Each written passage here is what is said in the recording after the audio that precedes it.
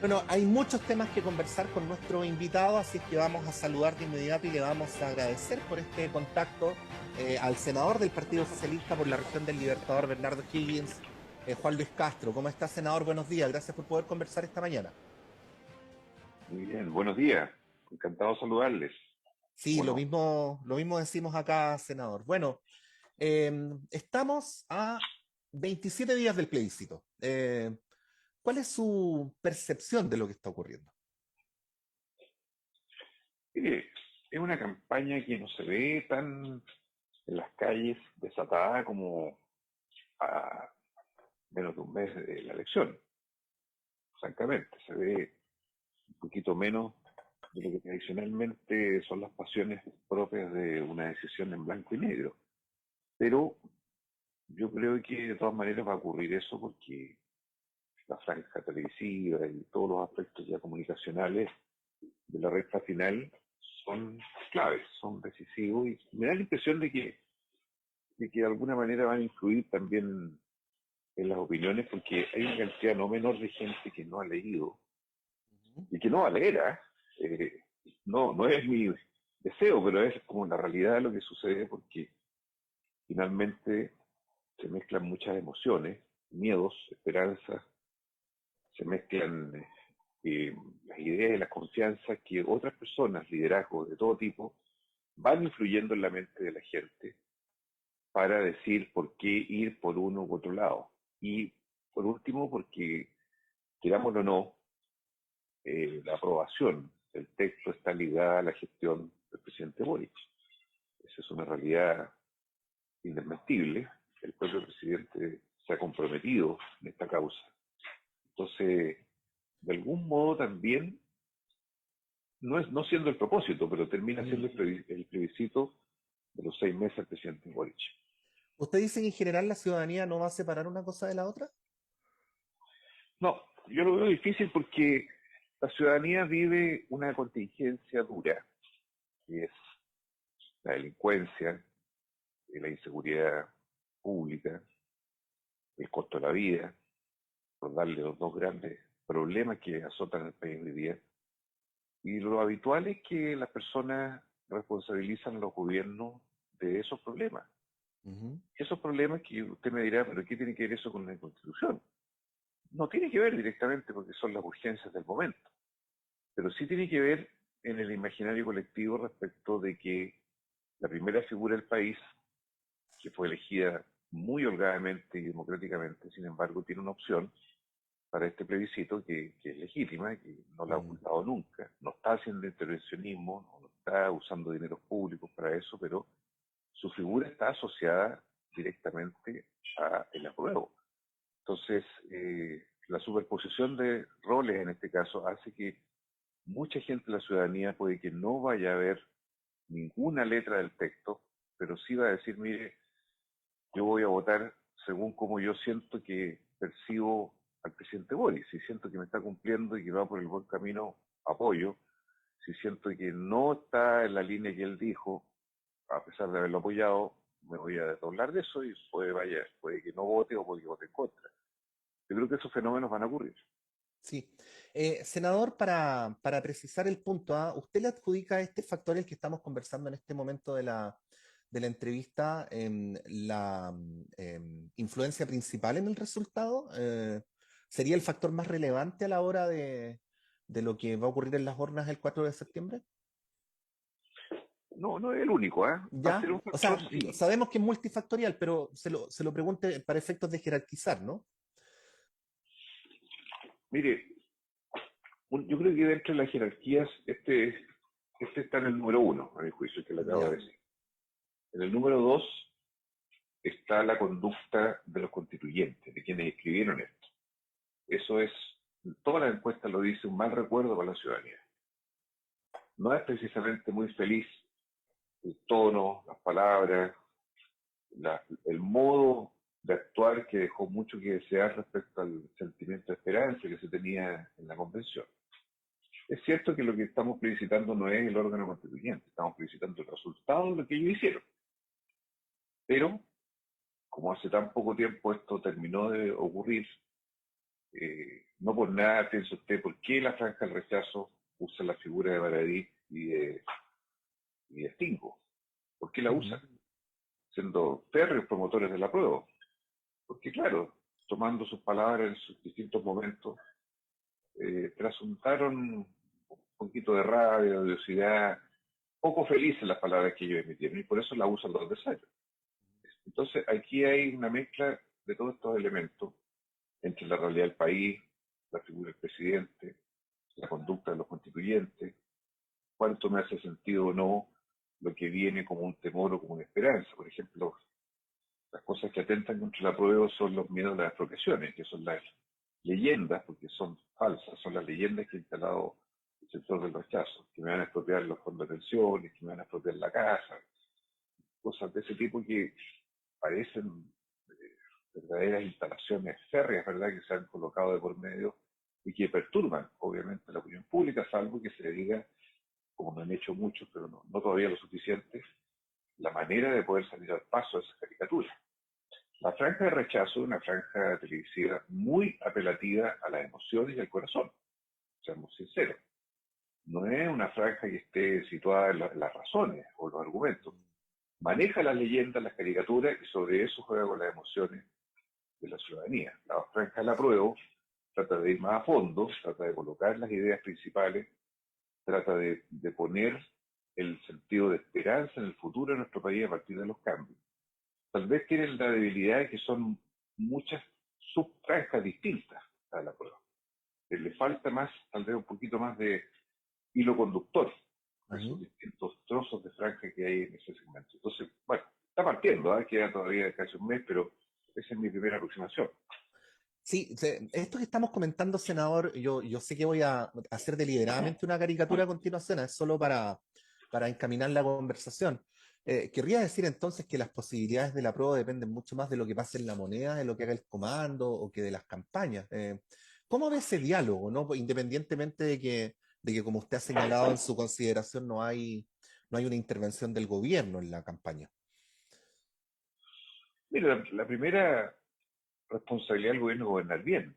Entonces, influye de algún modo en el apruebo si el gobierno mejora o no el combate a la delincuencia, si logra tener mejores condiciones de vida para el costo de la vida hoy día en Chile, que es muy difícil, si logra dar señales de que el gobierno efectivamente está empeñado, ahora por ejemplo este mes viene la reforma de pensiones, si va a haber una buena reforma de pensiones que se plantea este mes, bueno, pueden ser factores, no digo que cambien el escenario radicalmente, pero son gestos y decisiones políticas que alientan o no a la ciudadanía respecto a apoyar al gobierno. Apoyar al gobierno hoy día es apruebo. Así lo asimilo yo, así lo veo yo. Ya no hay un desdoblamiento, una disociación entre aprobar o estar o no con el gobierno. Claramente, la gente que está votando a prueba no son personas que sean adversarios del gobierno, porque evalúen mal al gobierno. Ujú. Y en ese sentido a mí me preocupa porque la evaluación de la gestión del presidente se ha visto en las últimas 2 semanas al menos bastante magullada por errores propios, que no debieron haber ocurrido, pero que generan una sensación de inestabilidad, de falta de control, de descoordinación, en fin, todo lo que implica momentos de desconcierto con la ciudadanía cuando se ve que la autoridad se debilita porque sus ministros se van equivocando, porque le falta más proactividad en algunas cosas. Yo Ujú. sé que eso no es el ánimo del gobierno, esto está tratando de corregirse, pero es un punto porque cada vez a tan pocas semanas es más sensible lo que vaya pasando. Si estuviéramos a 3 meses, yo le diría, bueno, esperemos, hay mucho por delante. Pero si estamos a 3 semanas y media, usted comprende que todo lo que se haga o se deje de hacer va quedando marcado, porque es lo que queda en la recta final de la retina de las personas. Ujú. Senador, hay algunos análisis y para que no piense que los voy a decir en el aire, acto final al final de la pregunta voy a adjudicar la cita, ¿ah? Pero hay No lo quienes escucho dicen, muy bien, si pudiera usted subir el volumen. sí, No tengo conexión. vamos a tratar de que se escuche mejor, ¿ah? Sí, ¿me escucha mejor ahí, senador? Sí, un poquito mejor. Perfecto. Sí, No, le decía que hay análisis y no y voy a dar la cita al final para que no piense que uno se agarra de cualquier cosa para fundamentar las propias preguntas, pero hay análisis según los cuales el apoyo de la bancada de senadores al Partido Socialista ha sido un apoyo correcto, pero sin mayor entusiasmo, ¿no? Y que esa falta de entusiasmo vendría desde antes del episodio del ministro Jackson de la semana pasada. Como decía que iba a citar, el propio diputado Naranjo del Partido Socialista decía que había algunos senadores, eso sí, no precisó quiénes, que eran muy odiosos con el gobierno. ¿Qué podría decir usted frente a esa crítica que se le hace, insisto, en general a la bancada de senadores del Partido Socialista? No, totalmente ajeno a la realidad. Ujú. Nosotros hemos sido todos explícitos en expresar nuestra convicción de ir por el apruebo. Se lo dijimos al propio presidente Boric en su propia casa, en Cerro Castillo, hace un mes atrás. Hemos desplegado todos los esfuerzos en todos los lugares posibles haber y por haber para que eso ocurra. Otra cosa es que dejemos de ser sinceros cuando han habido problemas y hay que expresar un punto de vista. Y eso es evidente. Ujú.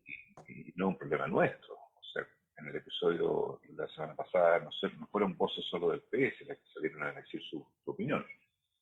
Entonces aquí, más allá de cualquier epíteto, no hay tal ambigüedad ni tal falta de entusiasmo, ni nada que se le parezca, porque es un hecho cierto que el gobierno tiene que tomar una conducción más férrea. En estos días se va a resolver si va a haber reformas o no respecto a la nueva constitución. Eso debería ser algo esperado por muchos de nosotros, porque hay un porcentaje importante de gente que está en el apruebo que pide hacer modificaciones, que no está conforme con algunas debilidades del texto constitucional. Por ejemplo, Ujú. respecto a la plurinacionalidad, a los sistemas de justicia, algunas cosas del sistema político, como la reelección inmediata del presidente. En fin, por mencionarle temas que son de amplio consenso hoy día y que tienen que ser corregidos porque no quedaron bien. No son la piedra angular. Claramente el balance es mucho más favorable a aprobar que a rechazar, lejos en el texto, pero son cosas que hacen ruido y que tienen que ser resueltas, como lo ha dicho el presidente, en base a un documento de acuerdo. Y eso es lo que se está trabajando. Así que nosotros por lo menos sentimos que ahí está todo el esfuerzo que seguiremos hasta el final dando para que las cosas se produzcan correctamente. Senador, si usted pudiera decirle a quienes nos están viendo y escuchando, ¿cuáles son las dos o tres cosas que en su consideración debería evaluarse en las conversaciones que se están teniendo antes del plebiscito del 4 de septiembre de cambios a lo que se le ha presentado al país? ¿Cuáles serían? Bueno, se las he ido mencionando. Sí, sí, sí, es para recapitular, sí. Ujú. En el caso del Estado regional, creo que hay algunas autonomías que son muy excesivas en cuanto a las comunas, las regiones, que van a chocar con la plurinacionalidad, sobre todo en materia indígena. Entonces, ahí hay que, yo diría, colocar modificaciones necesarias, porque si se maximaliza el tema de la plurinacionalidad en el sentido de que Chile no tiene una nación, sino que tiene 12 naciones en su territorio, y cómo se van a dirimir los conflictos entre esas naciones, la verdad es que es un temazo, una cosa bien compleja. Si usted le agrega que los sistemas de justicia no dicen claramente que las materias penales debieron resolverse solo en un tribunal único, que debe ser la Corte Suprema o la Corte Constitucional, claro, cunde la especie de que si alguien tiene un altercado con alguien de una etnia y es juzgado en territorio chileno va a tener un fallo, y si es juzgado en territorio de la etnia indígena va a ser juzgado de otra forma. Dudas razonables que están ahí latentes. Si usted en el sistema político no cambia el régimen de reelección inmediata, vamos a tener presidente elegido en campaña durante 8 años. Si usted no establece un mecanismo para que el gasto fiscal solo sea de concurrencia del presidente de la República y no de los parlamentarios, va a haber un populismo infinito en todas las propuestas que se hagan. Si usted no mejora la Cámara de las Regiones para que de verdad tenga mejor representatividad en las facultades que tiene que ejercer, estamos en un problema. Si usted en el Poder Judicial no cambia la composición de la Facultad del Consejo de Justicia, que es el órgano que va a permitir todos los ascensos de todos los jueces de Chile a todas las Cortes de Chile, va a haber una verdadera carrera política en ese consejo de 17 personas, que además no está solo constituido por personas de carrera, sino también el poder político va a influir en la nominación de por lo menos 5 o 6 de ellos.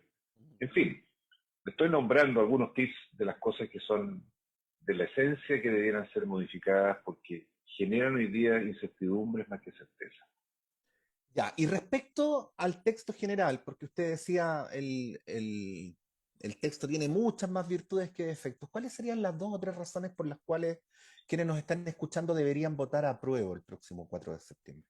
La gente debería votar a prueba porque Chile pasa a ser un Estado subsidiario, que significa que solo concurre cuando el mercado falla y por lo tanto subsidia o llega después de a un Estado social de derecho cuando se coloca por sobre toda norma de mercado la condición de que el Estado vaya al rescate de las personas siempre como primer deber esencial.